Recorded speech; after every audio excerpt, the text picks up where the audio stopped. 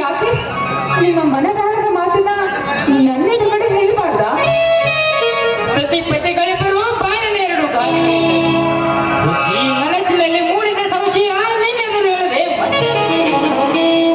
ನೂರಾರು ದೇವರಿಗೆ ಹೊರಕ್ಕೆ ಹೊತ್ತರೂ ಯಾವ ದೇವರು ಕೃಪೆ ಬಂದಿ ಎಂಬ ಶಬ್ದ ದೂರಾಗಲಿಲ್ಲ. ಮುಂದೆ ಮಕ್ಕಳಾಗದಿದ್ದರೆ ಮೈದುನರ ಮಕ್ಕಳನ್ನು ತಿಳಿದು ನಮ್ಮ ತಮ್ಮಂದಿರು ನಮ್ಮ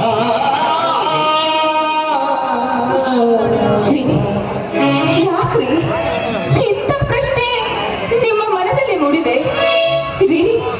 ನಮ್ಮ ಮಕ್ಕಳು ನಮ್ಮ ತೊಡೆ ಮೇಲೆ ಹಾಡಿ ಬೆಳೆದವ್ರಿ.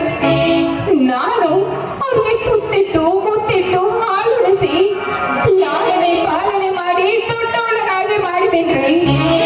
ಯಾವತ್ತು ನಮಗೆ ಕೇಳಿ ಬಯಸಲಾಗಲ್ರಿ, ಕೇಳಿ ಬಯಸಲಾಗಲ್ಲ. ಜ್ಯೋತಿ, ಒಂದು ವೇಳೆ ನಿನ್ನ ಕಲಿಯುಗದ ಕಾಲಚಕ್ರದಲ್ಲಿ ಸಿಲುಕಿ ಹೇಳಬೇಕಿದರೆ ಹೆತ್ತ ತಂದೆ ತಾಯಿ ಸತ್ತ ನಂತರ ಅವರನ್ನ ಲಾಲನೆ ಪಾಲನೆ ಮಾಡಿ ದೊಡ್ಡವರನ್ನಾಗಿ ಮಾಡುವುದು ನಮ್ಮ ಕರ್ತವ್ಯವಾಗಿತ್ತು. ನಾವು ಆ ಕಾರ್ಯನ ಮಾಡಿ ಮುಗಿಸಿದ್ದೀವಿ. ಒಂದು ಮಗು ತನ್ನ ತೊಡೆ ಮೇಲೆ, ತನ್ನ ತಾಯಿಯ ತೊಡೆ ಮೇಲೆ ಮನೆ ಮೂತ್ರ ವಿಸರ್ಜನೆ ಮಾಡುತ್ತೆ ಅಂತ ಆ ತೊಡೆನ ಆ ತಾಯಿ ಕತ್ತರಿಸ್ತಾಳಲ್ರಿ, ಕತ್ತರಿಸ್ತಾಳ. ಅಥವಾ ಹಾಲು ಉಣಿಸ್ಬೇಕಾದ್ರೆ ಆ ಮಗು ಕಚ್ತು ಅಂತ ಹೇಳಿ ಹಾಲು ಕೊಡೋಣ ನಿಲ್ಲಿಸ್ಬಿಡ್ತಾಳೆ. ಭೂಮಿ ತಾಯಿಗೆ ಹುಚ್ಚಿ ಬಿಟ್ಟು ಫಲ ಕೊಡುವ ಸಂದರ್ಭದಲ್ಲಿ ಆ ಭೂಮಿ ತಾಯಿ ನಮ್ಮಿಂದ ಏನಾದ್ರೂ ನಿರೀಕ್ಷೆ ಮಾಡ್ತಾಳೆ. ನಮ್ಮನ್ನ ನಾವು ಅವ್ರನ್ನ ಸಾಕಿ ಸದಿರ್ಬೇಕಾಗಿತ್ತು. ಆ ಜವಾಬ್ದಾರಿ ನಾವು ಮಾಡಿದೀವಿ. ರಕ್ಷಣೆ ಮಾಡುವ ಭಾರ ಅವರು ಬಿಟ್ಟಿದ್ದಷ್ಟೇ. ನಿನ್ನ ಮಾತಿಗೆ ಮೆಚ್ಚಿದೆ ಜ್ಯೋತಿ.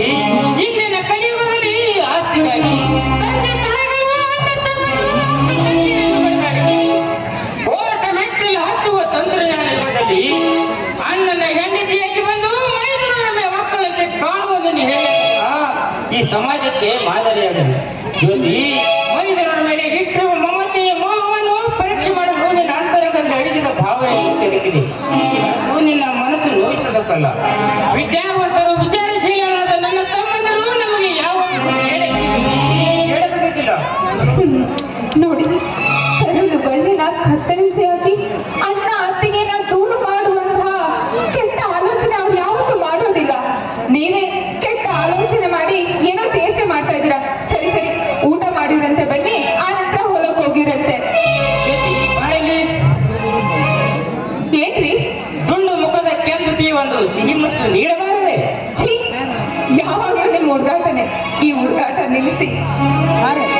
ಮುದ್ದಾದ ಮಡಿದಿಯನ್ನು ಹೃದಯ ಪಂಜರದಲ್ಲಿಟ್ಟು ಪೂಜಿಸುವೆ, ಪ್ರೀತಿಸುವೆ, ಆರಾಧಿಸುವೆ. ಜ್ಯೋತಿ, ಇನ್ನು ಮದುವೆ ಕಂಠದಿಂದ ಹೊರಹೊಮ್ಮಲಿ ಒಂದು ಸುಂದರವಾಗಿದೆ.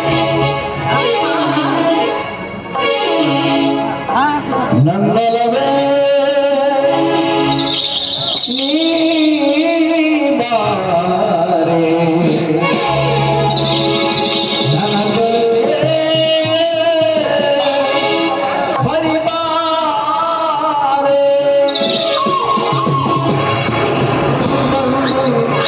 ಸಿಹಿ ಮುತ್ತು ನೀಡು.